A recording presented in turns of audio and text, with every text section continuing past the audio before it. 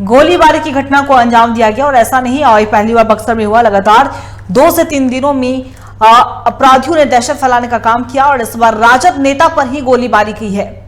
अहियापुर में अपराधियों का तांडव देखने को मिला, जहां राजद युवा नेता गोली मारी गई, हालत उनकी नाजुक बनी हुई है।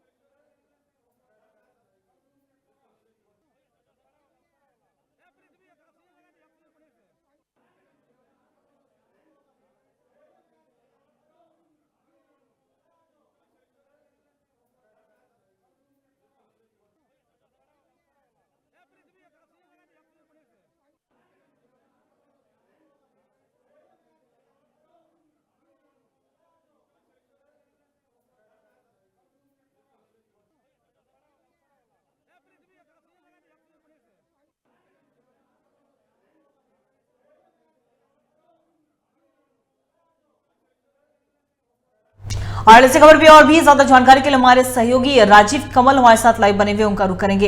राजीव, देखिए अपराधियों का मनोबल लगातार बढ़ा हुआ है और एक तरफ बक्सर की, पहले हम बक्सर की बात करते हैं कि बक्सर में 2 से 3 दिन में हमने ऐसा देखा है कि लगातार गोलीबारी की घटना को अंजाम दिया जा रहा है और यहां तक कि एक राजद नेता पर ही गोलीबारी की गई है। दूसरी तरफ छपरा में भी हमने वही देखा, अपराधियों ने सरेआम गोलीबारी की। दूसरी तरफ राजधानी पटना, जहां पे सभी को इतना ज्यादा भरोसा होता है कि राजधानी है, राजधानी में हम सुरक्षित निकल पाएंगे, लेकिन उन्हें वहां पे भी गोलीबारी कर दहशत फैलाने का काम किया जाता है। जो अपराध, जो ग्राफ लगातार बढ़ रहा है, किस तरीके से इस पर काम करने की जरूरत है, क्या कुछ फिलहाल अभी तक कार्रवाई की गई है?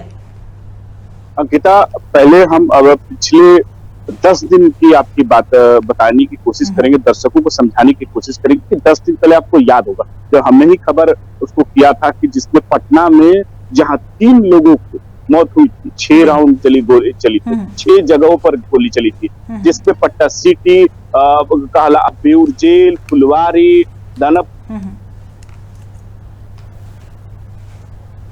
घायल हुए थे, जिसमें एक तरीके से गंभीर रूप से घायल होते हैं। ये खबर 10 दिन, ज्यादा दिन की नहीं है। पटना में जिस तरीके से तांडव देखने को मिला था और उसके बाद और बिहार में आपने देखा कि बक्सर में ज्यादा, वो भी पिछले ही दिनों 2 से 3 दिन पहले की घटना आपने देखा कि जिस तरीके से किस तरीके से तांडव देखने को मिला, जहां एक अपने ही तरीके से वर्चस्व की लड़ाई में 3 लोगों की मौत की, उसमें वहां फिर उसके बाद बक्सर में अब राजद नेता की मौत, छपरा में घटना, अब पटना में जिस तरीके से गोली चलाई गई, तो एक तरीके साफ तौर पर यह दिखाई दे रहा है कि जहां तांडव जो है एक तरीके से दिखाई दे रहा अपराधियों का। और वही एक बात आपको बताने की कोशिश जरूर करेंगे कि प्रधानमंत्री की यात्रा होने वाली है पटना में, और पटना में 29 तारीख को प्रधानमंत्री यहाँ रहेंगे और उससे पहले सुरक्षा की चुनौती आपको दिखाई दे रही है। और पटना, ये भी याद दिला दे दर्शकों को कि बोरिंग रोड में कल की घटना आपको याद होगा कि बोरिंग रोड में किस तरीके से अपराधियों ने गोली चलाई, खुलेआम गोली चलाई। एडीजी जो है लॉ एंड ऑर्डर, वो उनकी गाड़ी जो उनके पीछे थी वो दौड़ती हुई, लेकिन वो अभी तक जो लोग हैं वो उनको पकड़ नहीं पाई पुलिस से। अभी तक कुछ तरीके से जांच चल रही है, पूरी तलाशी ली जा रही है, लेकिन अभी तक वो अपराधी नहीं पकड़े गए हैं। पटना की घटना की आप बता रहे हैं, जहां प्रधानमंत्री का दौरा होने वाला है, प्रधानमंत्री यहाँ आने वाले हैं, उससे पहले सुरक्षा कितनी कड़ी होनी चाहिए और कड़ी होती है ये आपको सबको पता है, क्योंकि प्रधानमंत्री हैं, उनकी सुरक्षा एसपीजी के अंडर होती है, उसके बाद तमाम उनके लेयर होते हैं। उसके बाद जो इस तरीके से घटना अगर पटना में हो रही है तो ये चिंता का विषय है, क्योंकि पटना के जो अगर मान लें कि यहाँ जो पुलिस है वो बाकायदा इस चीज की भले जांच कर रहे हैं, लेकिन ये कह रहे कि बिहार के जो डीजीपी है वो बैठक भी उन्होंने किया है, क्योंकि प्रधानमंत्री का दौरा है, बिहार दौरा आ रहे हैं, पटना आ रहे हैं, तो वो कहीं ना कहीं राजधानी में जो उनका दौरा है, एयरपोर्ट का उद्घाटन करना है, तो इसको लेकर सुरक्षा चाक चौबंद होनी चाहिए। उसके लिए बाकायदा डीजीपी ने एक गाइडलाइन भी जारी की है, सब क्या, लेकिन ये घटना 10 दिनों के अंदर जिस तरीके से आपने देखा होगा कि जब पटना राजधानी में पटना सिटी से लेकर बेउर से लेकर और फुलवारी तक तमाम कांडों देखा था अपराधियों का, उसमें मौत भी होती है, 3 मौतें होती है। अब फिर से आज रामकृष्ण नगर में जिस तरीके से अपराधियों ने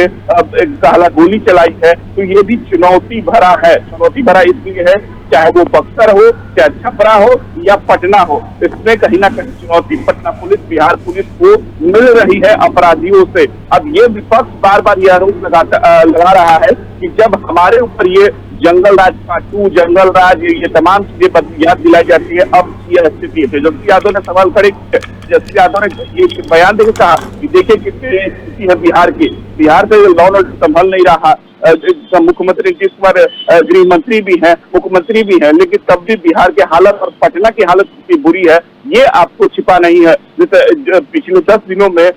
पटना की राजधानी में इस तरीके की आपराधिक घटनाएं हो रही हैं, तो ये चिंता का विषय है। और बहुत शुक्रिया आपका तमाम जानकारी के लिए राजीव। नजर बना के रखिएगा, हम आपसे अपडेट लेते रहेंगे। तो साफ तौर पर आपने देखा कि बिहार में लगातार अपराध का ग्राफ बढ़ता जा रहा है, और सिर्फ ये 2 से 3 जिलों की बात नहीं है, तमाम ऐसे जिले जो हैं जहां से इस तरह की खबरें सामने आती है। भागलपुर की बात कर ले, गोपालगंज की बात कर ले, बक्सर की बात कर ले, बगहा की बात कर ले, इन तमाम जिलों से खबरें सामने आती हैं कि गोलीबारी की घटना को अंजाम दिया जाता है, कभी चाकू गोद कर हत्या की जाती है, और कहीं ना कहीं जो लगातार ग्राफ अपराध का बढ़ रहा है, इस पर चिंता के विषय बने हुए हैं। अपराधी के दहशत से लगातार लोग परेशान हैं। लोग ये भी सवाल कर रहे हैं कि अगर नेता भी सुरक्षित नहीं रहेंगे तो हम कैसे सुरक्षित रहेंगे, क्योंकि बक्सर में जिस तरह की घटना हुई है, एक राजद नेता पर ही गोलीबारी की घटना हो जाती है, और लगातार बिहार में हमने देखा है कि अपराध को लेकर एक दूसरे पर हमलावर किया जाता है, यानी कि सत्ता पक्ष विपक्ष आमने सामने होते हैं, लेकिन राजनीति करने के बजाय जरूरत है इस पर अंकुश लगाने की, अपराधियों के मन में कानून का डर लाने की। अब देखना होगा कि किस तरीके से पुलिस इन तमाम मामलों पर कार्रवाई करती है।